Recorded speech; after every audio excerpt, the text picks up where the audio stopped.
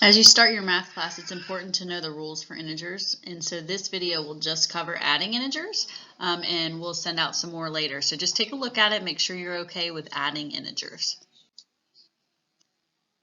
So today, your learning goal will be to just be able to add integers.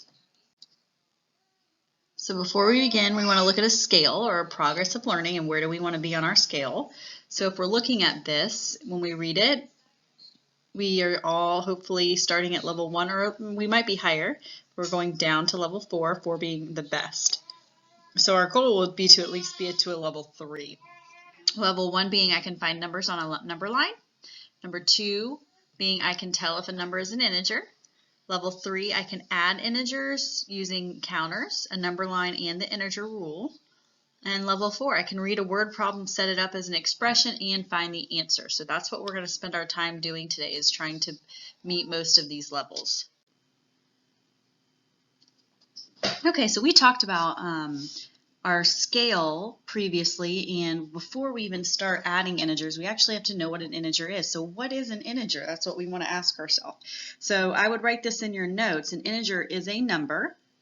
Let me erase that so you can see the whole thing. An integer is a number that is positive and negative, and there's no decimals. So you may want to write yourself little notes, not a decimal. So we're talking about -3, -2, -1. 0 is an integer, and then we've got 1, 2, and 3. It's good to know number line and where things are. So you've got 0, which is the origin in the middle. And then to the right of 0 is all your positive integers, and then to the left is all of your negative integers. So if you need to pause that so you can get that definition in your notes.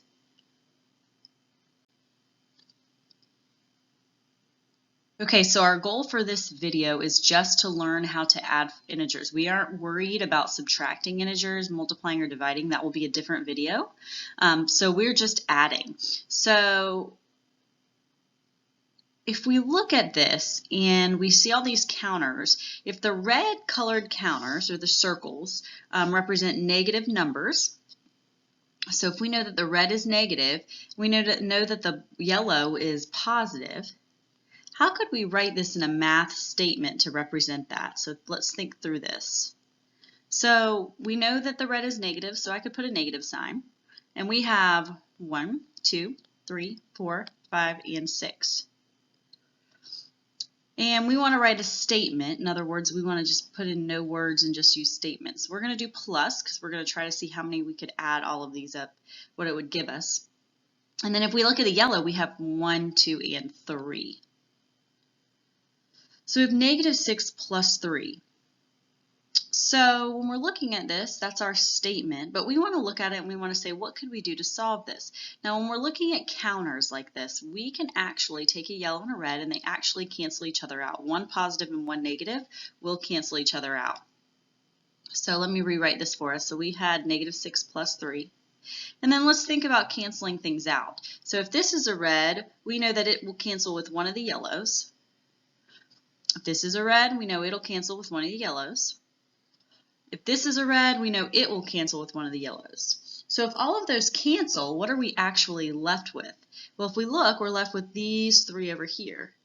And all of them are red, and we know red is negative, so we just put a negative sign. So -3 is left.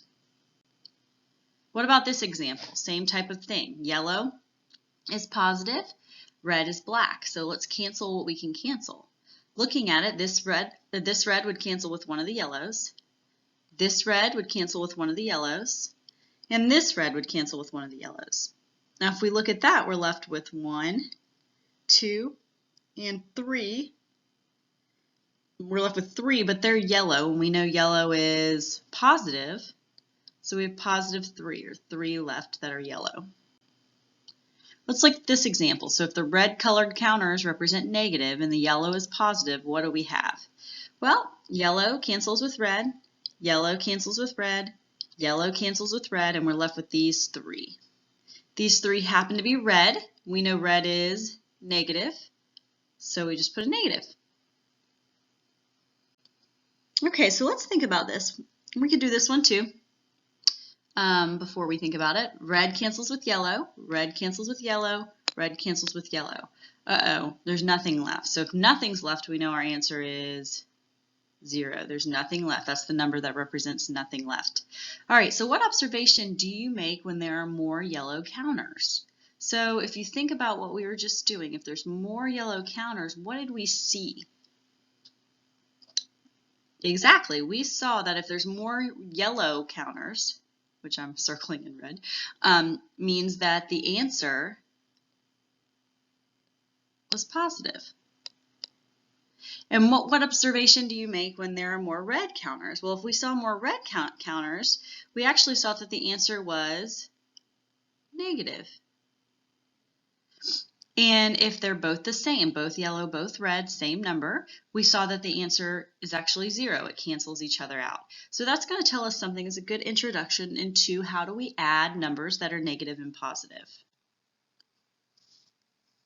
So we can add negative and positive numbers using counters like we did before, or we can use a number line. Now this number line, you've seen number lines before in math, and you've only dealt with them with positive numbers probably. So if we're looking at our number line, in these two hops from the frog, we can see that the frog hopped from 0 all the way until 5. And then we can see that from 5, he jumped all the way until 9. So how do we write this as a math statement? So if you think about it, if it's gone 5 to the right, if it goes to the right, it's positive. We'll learn this in a minute. And then we're adding some more jumps, right? Because the frog kept going. So from 5 to 9, what are we going to write? I can't put plus 9 because he didn't go 9 places. If we look, he went 1, 2, 3, and 4. And so we have our math statement, and we know that 5 plus 4 gives us 9.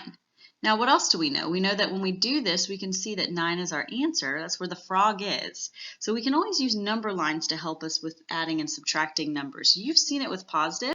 Let's try one with negative.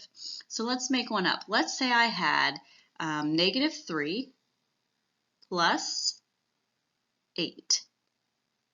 How do we do something like this? All right, well, the first step 1 would be to start at 0. That's your very first step. Start at 0. So make yourself a little note that you always want to start at 0.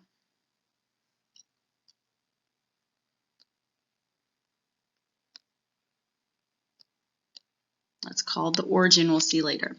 Okay, so from there, let's look at the negative 3. Negative means we go to the left. So from 0, we go 1, 2, 3. This is a distance of 3. And then we look and we're adding 8. So starting at this point, we want to go back 8. Now notice, and I'm taking the plus sign with the 8 because it goes with what's behind it. Because it's positive, we're going to go to the right. All right, so starting at negative 3, we're going to go 8 places to the right. So 1, 2, 3, 4, 5, 6, 7, and 8. Puts me right here. So we just went plus 8 here in the blue. And we can see wherever our line ends up is our answer. So if you look, we have stopped on 5. So our answer would be 5. So we know that negative 3 plus 8 is 5. So we've learned how to add numbers using counters, where we cancel out the counters that are different from each other. So one red and one yellow canceled each other out. We also learned how to add integers on a number line. When there's a negative number, we move to the left. When there's a positive number, we move to the right. Now, what are some rules if we can't use that? What if we were asked, hey, let's do negative 87 plus 10, or let's say plus 12. Negative 87 plus 12. You're not going to want to make a number line and move 87 times. So we want to come up with another rule that might make it more efficient for us. So here are your rules, and I want you to make sure you write these in your notes. When two integers have the same sign, so here would be a good example, same sign, negative 2 plus negative 5. Here they both have a sign of negative. it tells us when that happens, we want to actually add our numbers. So 2 plus 5 is 7. And then we want to keep the sign. Well, since it's negative, we want to keep the negative sign. So when two integers have the same sign, add the numbers and keep the sign. All right, now let's look at the next one. The next one says, when two integers have different signs. So what does that mean? Well, let's write an example. Let's say we had -1 plus, now different signs, if this is negative, we're going to have another one that's positive. What do we do if they're different signs? Well, our trick or our rule says that we subtract the numbers. So 1 and 3 we want to subtract. And that gives us 2. And then it says take the sign of the larger number. Now which number is larger, 3 or 1? That's right, 3 is. And 3 is positive, so that means our answer has to be positive, +2. Okay, let's practice now with one practice problem. So click on the correct answer below. What would be the answer for -3 plus -1?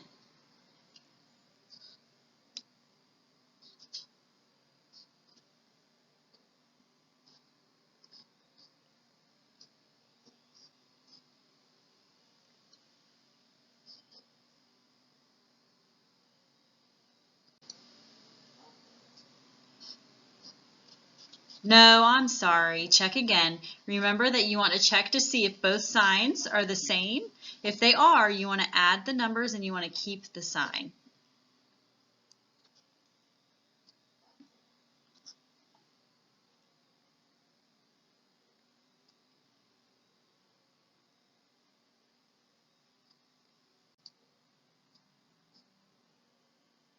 Yes, you are correct. If both numbers have the same sign, you add the numbers and then you keep the sign.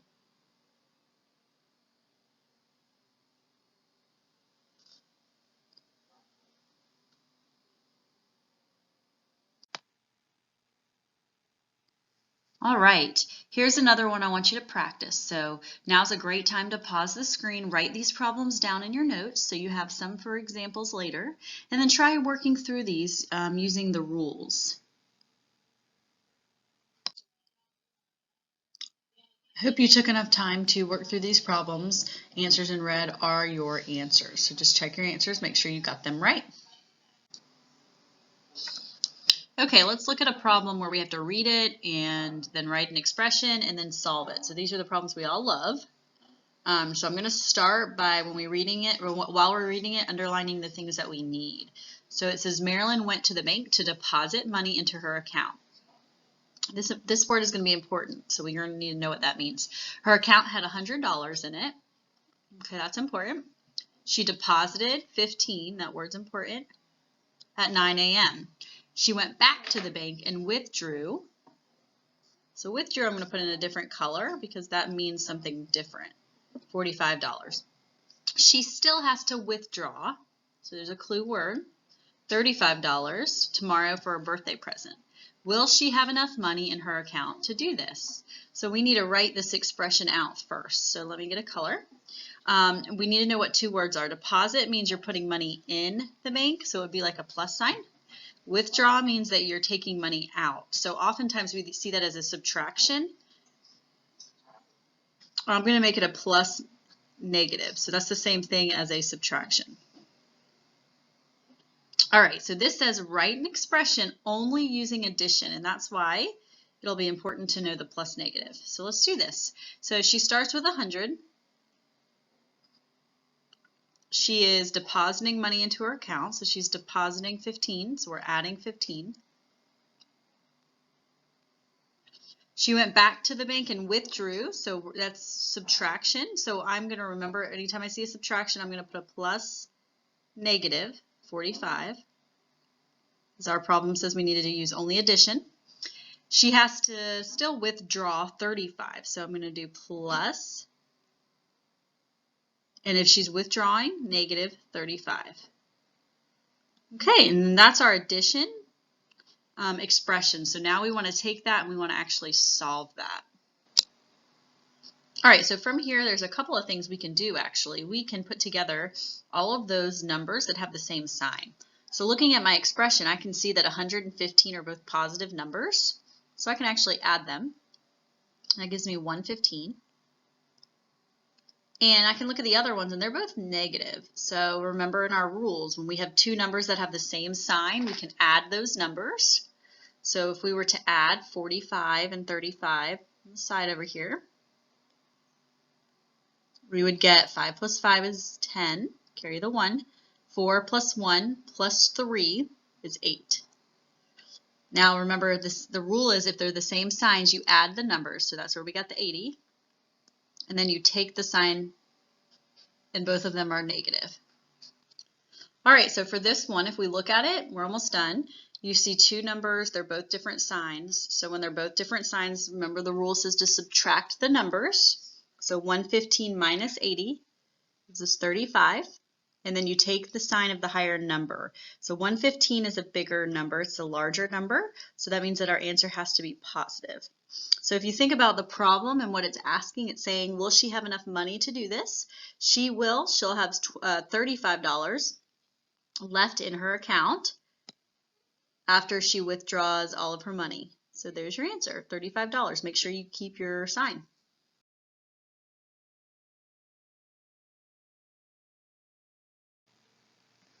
All right, so now's your chance to ask yourself, based off that scale, if you still feel like you need some extra practice on adding integers. It does take some time and it does take some practice. So check out any of those links provided for you to get those extra practice problems that you're looking for.